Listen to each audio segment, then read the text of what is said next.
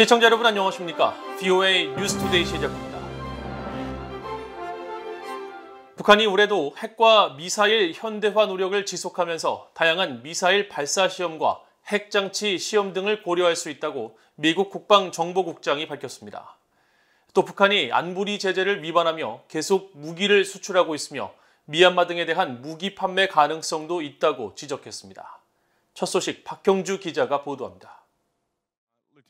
미국 국방부 산하 국방정보국 DIA의 스콧 베리어 국장은 17일 하원 군사위원회 정보특수작전 소위원회가 주최한 청문회에 제출한 서면 답변을 통해 북한이 2022년에도 핵과 미사일, 군사 현대화 노력을 지속할 것으로 예상한다고 밝혔습니다.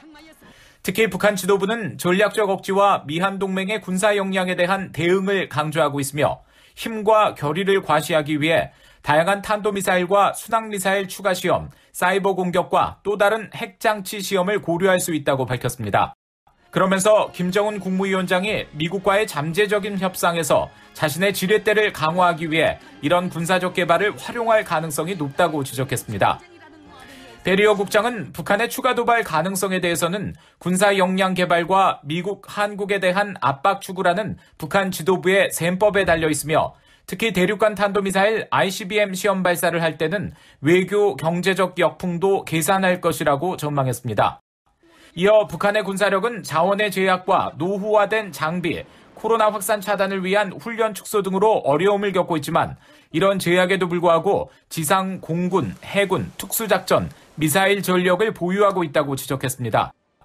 또 북한군은 확실한 영토 방어와 치명적이고 제한적 목표물을 공격할 태세를 분명히 갖추고 있다면서 다만 지속적인 분쟁을 지원하거나 한반도를 통일할 수 있는 정도는 아니라고 밝혔습니다.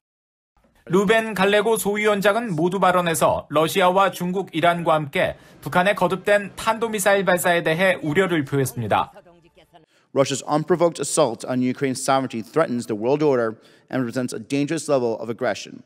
As the situation in Europe unfolds, I am also concerned about China's threatening posture toward Taiwan, the threats we face from Iran and its proxies, and North Korea's persistent testing of ballistic missiles. 북한의 무기 수출 문제도 지적됐습니다. 베리어 국장은 여전히 북한은 재래식 무기와 군사 장비는 물론 미사일 기술에 대한 공급자 역할을 한다면서 이란, 시리아, 우간다 등의 일부 무기 구매자들에 대한 수출을 숨기기 위해 중개업자와 위장기업을 이용한다고 밝혔습니다. 또 현금이 필요한 북한과 군부 쿠데타 이후 무기 거래 선택지가 줄어든 미얀마 군부의 상황을 고려하면 북한이 미얀마 군부에 무기 판매를 재개할 수 있다고 평가했습니다. VOA 뉴스 박형주입니다. 미국 백악관은 바이든 대통령과 시진핑 중국 국가주석이 18일 전화통화에서 우크라이나 사태와 타이완 문제 등을 주로 논의했다고 밝혔습니다. 젠 사키 백악관 대변인은 18일 정례 브리핑에서 미중 정상회담에서 북한 미사일 문제가 논의됐느냐는 질문에 대부분의 통화는 우크라이나에 대한 러시아의 이유 없는 침공에 관한 것이었으며 바이든 대통령은 시 주석에게 타이완에 대한 미국의 정책을 강조했다고 설명했습니다. 한편 잘리나 포터 국무부 부대변인은 18일 전화 브리핑에서 최근 이딴 탄도미사일 발사로 도발 수위를 높이고 있는 북한에 대한 미국의 대응 여부를 묻는 질문에 탄도미사일 시험을 확대하기로 한 북한의 결정은 긴장을 고조시킬 위험이 있다고 지적했습니다. 그러면서 미국은 인도태평양 지역을 안정시키고 외교의 문이 열려있는 동안 미국 본토와 동맹국의 안보를 보장하기 위해 필요한 모든 조치를 계속 취해나갈 것이라고 강조했습니다. 포터 부대변인은 또 미국 정부는 북한과의 외교를 추구하며 전제 조건 없이 만날 준비가 돼 있다는 점을 북한 측에 공개적으로 밝혀왔으며 바이든 대통령도 김정은과 회담할 용의가 있다는 점을 분명히 해왔다면서 그러나 지난 트럼프 행정부에서 봤듯이 정상회담만으로는 진전이 보장되지 않는다면서 미북 간 정상회담은 실무 협상을 기반으로 해야 하지만 북한은 계속 대응하지 않고 있다고 지적했습니다. 미국 상원 군사위원회 공화당 간사가 북한의 이딴 미사일 발사와 영변 핵시설 재개 움직임을 비판하면서 북한은 도발 속도를 늦추지 않고 있다고 비판했습니다. 따라서 미국은 영내 미사일 방어 협력을 확대하고 핵무기 사용에 관한 기존의 정책을 유지해야 한다고 밝혔는데 의회에서는 러시아의 우크라이나 침공에 대한 미국의 대응이 북한을 더 대담하게 할 수 있다는 우려도 계속 이어지고 있습니다. 이조은 기자가 보도합니다. 제임스 이노프 미국 상원 군사위 공화당 간사는 북한의 최근 무력 시위와 관련한 VOA의 질문에 북한의 최근 미사일 시험 발사는 올해만 10번째 발사인데다 영변 핵시설에서 농축 작업이 재개되고 있다는 보도도 있다고 지적했습니다. 그러면서 북한이 도발 속도를 늦추고 있다는 징후가 보이지 않는다면서 자신이 거듭 지적했듯이 세계는 점점 더 위험해지고 있어 미국은 국방비를 늘리고 영내 미사일 방어 협력을 확대해야 한다고 강조했습니다. 또 북한 같은 불량 국가들을 억제하기 위해 미국의 오랜 핵 선언 정책을 유지해야 한다고 주장했습니다. 상원 군사위 공화당 간사가 올해 초부터 이어지고 있는 북한의 잇따른 미사일 시험 발사에 대해 입장을 밝힌 건 이번이 처음입니다. 러시아의 우크라이나 침공 사태에 대한 미국의 대응이 북한과 같은 적국들의 행동이 대담한 결과로 이어질 수 있다는 공화당 의원들의 지적은 계속되고 있습니다. 공화당의 마이클 월츠 하원 의원은 17일 폭스뉴스 웹사이트에 올린 기고문에서 조 바이든 대통령은 러시아가 우크라이나에 대해 대량 살상 무기 WMD를 사용하지 못하도록 레드라인을 그어야 한다고 주장했습니다.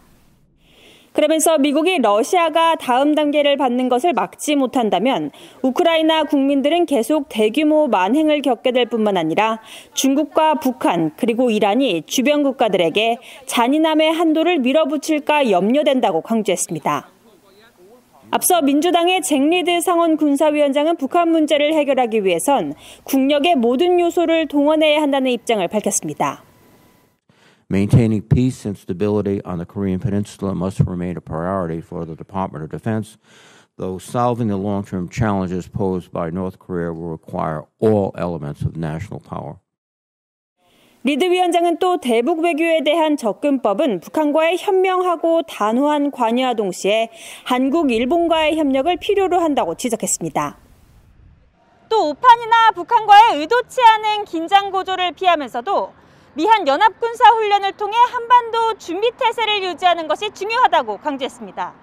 VA 뉴스 이조은입니다.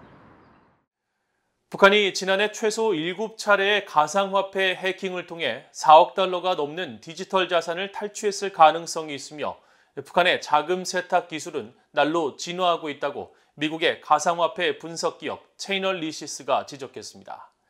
체이널리시스의 공동 설립자인 조나단 레빈 대표는 17일 미국 상원이 주최한 청문회 출석에 앞서 제출한 서면 답변을 통해 북한의 공격은 주로 투자회사와 가상화폐 등 디지털 자산 거래소에 집중됐다면서 이같이 밝혔습니다. 특히 북한 연계 해킹 조직은 피싱과 코드 악용, 악성 코드 등을 통해 해당 기관의 가상화폐 지갑에 접근해 이들의 자산을 자신들의 가상화폐 지갑으로 옮겼으며 이렇게 확보한 자금을 은폐하고 현금화하기 위해 정밀한 돈 세탁 과정을 진행해 왔다고 밝혔습니다. 그러면서 여러 사이버 안보 전문가들은 이런 행위자들이 미국과 유엔의 제재 대상으로 지정된 북한 정찰총국의 지휘를 받는 라자루스 소행인 것으로 분석하고 있다면서 라자루스가 자금 세탁을 통해 얻은 수익은 북한의 대량 살상 무기와 탄도미사일 프로그램을 지원하는 데 쓰이고 있다고 밝혔습니다.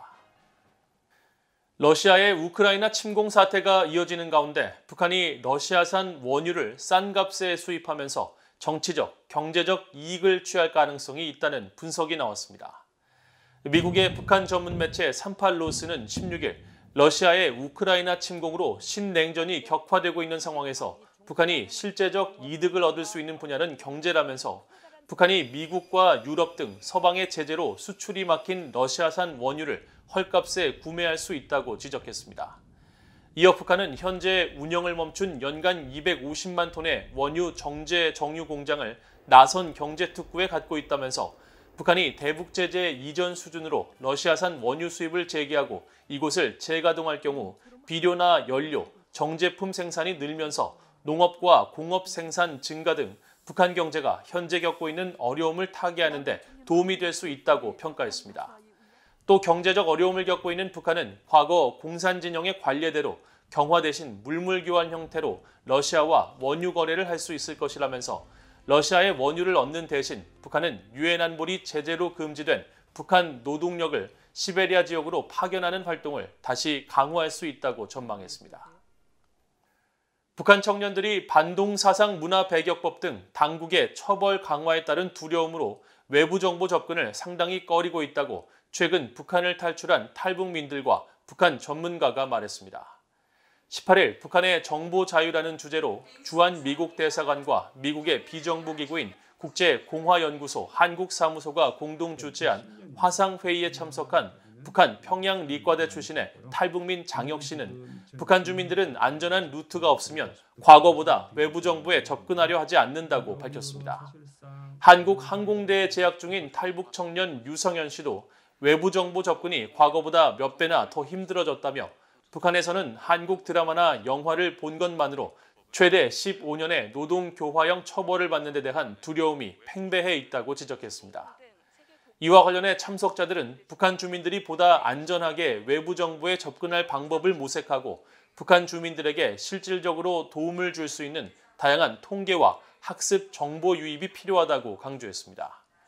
특히 한국국민통일방송의 이광백 대표는 외부 정보 유입 단체들도 주민들에게 피해가 가지 않도록 치밀한 배려와 노력이 필요하며 직접적인 정권 비판 내용보다 세상과 자신의 삶을 비교하는 내용으로 조정하고 있다면서 당국에 발각돼도 바로 파기할 수 있는 초소형 SD카드를 사용하고 있다고 설명했습니다. 이상으로 BOA 뉴스투데이를 모두 마칩니다. 시청해주신 여러분 고맙습니다.